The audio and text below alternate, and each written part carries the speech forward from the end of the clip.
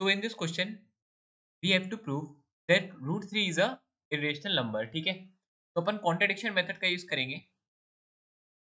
ठीक है, contradiction method. इसमें क्या करते हैं कि अपन रूट 3 को पहले रेशनल मान लेते हैं. Let's assume that root 3 is a rational number. तो अगर ये एक रेशनल नंबर है तो रूट 3 किसके फॉर्म में होगा? p अपॉन क्यू के फॉर्म में होगा.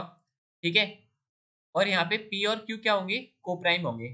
तो p एंड q आर को प्राइम. को प्राइम का मतलब क्या होता है कि इन दोनों के कोई कॉमन फैक्टर नहीं होंगे. No common factor.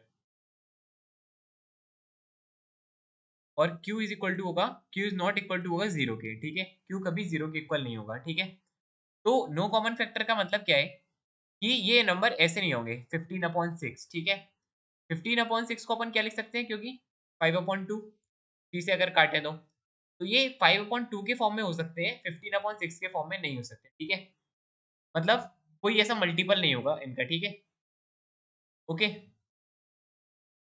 तो इसको थोड़ा ऐसे तो ये हो जाएगा q root 3 is equal to p. अब क्या करेंगे अपन, दोनों साइड स्क्वायर कर देंगे तो ये हो जाएगा 3q² is equal to p². तो देखो p² क्या आ रहा है, p² क्या आ रहा है कि 3 into some quantity, 3 into q². ठीक है, तो जो p² है वो अपन को यहाँ से दिख रहा है कि वो 3 का मल्टीपल है. तो p² is a multiple of 3. तो अगर p² 3 का मल्टीपल है तो p भी 3 का मल्टीपल होगा. तो p is also a multiple of 3. ठीक है, तो यहाँ से क्या आ गया, p इंपॉर्टेंट लाइन है कि p 3 का मल्टीपल है. ठीक है, तो अगर p 3 का मल्टीपल है तो p को अपन ऐसे लिख सकते हैं 3c के फॉर्म में, 3 इंटू सम क्वांटिटी. ठीक है, क्योंकि वो 3 का मल्टीपल है, अपन को पता है. ठीक है, तो अगर वो p 3c के फॉर्म में आ गया है तो अगर अपन इसको इस इक्वेशन में रखें तो ये हो जाएगा 3q² is equal to 9c². यहाँ से क्या हो जाएगा, q² is equal to 3c², q² is equal to 3c². Same same जो अपन ने लाइन यहाँ चिपकाई है ना इधर, वही यहाँ पे चिपकानी है अपन को कि देखो q² अपन को क्या दिख गया, 3c², मतलब 3 इंटू सम क्वांटिटी. तो q² किसका आ गया मल्टीपल, 3 का. सो q² is a multiple of 3.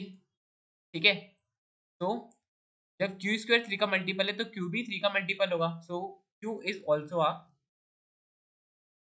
Multiple of 3. तो देखो p भी 3 का मल्टीपल निकला, p भी 3 का मल्टीपल निकला और q भी 3 का मल्टीपल निकला. तो अगर ये दोनों 3 के मल्टीपल ही हैं तो ये को प्राइम तो हुआ ही नहीं. और इनका तो देखो कॉमन फैक्टर आ गया ना, ये कॉमन फैक्टर. ठीक है, तो ये तो वही केस हो गया जैसे कि 15/6 मैंने लिखा था, तो इसको मैंने क्या लिख दिया, 5/3/2/3. ये तो देखो कॉमन कॉमन फैक्टर आ गया ना 3. ये एक जस्ट एग्जांपल है. ठीक है, तो अगर इसका कोई कॉमन फैक्टर है तो अपन ने जो अज्यूम किया था शुरू में p एंड q एक को प्राइम है, वो तो गलत हो गया. तो are assumption that p and q are co-prime gone wrong. तो अगर वो गलत हो गया तो रूट थ्री एक रेशनल नंबर नहीं है. तो root 3 is not a rational number. तो अगर वो एक रेशनल नंबर नहीं है तो वो क्या होगा, एक irrational number. Hence root 3 is a rational number. So there is a required solution. Hence proof.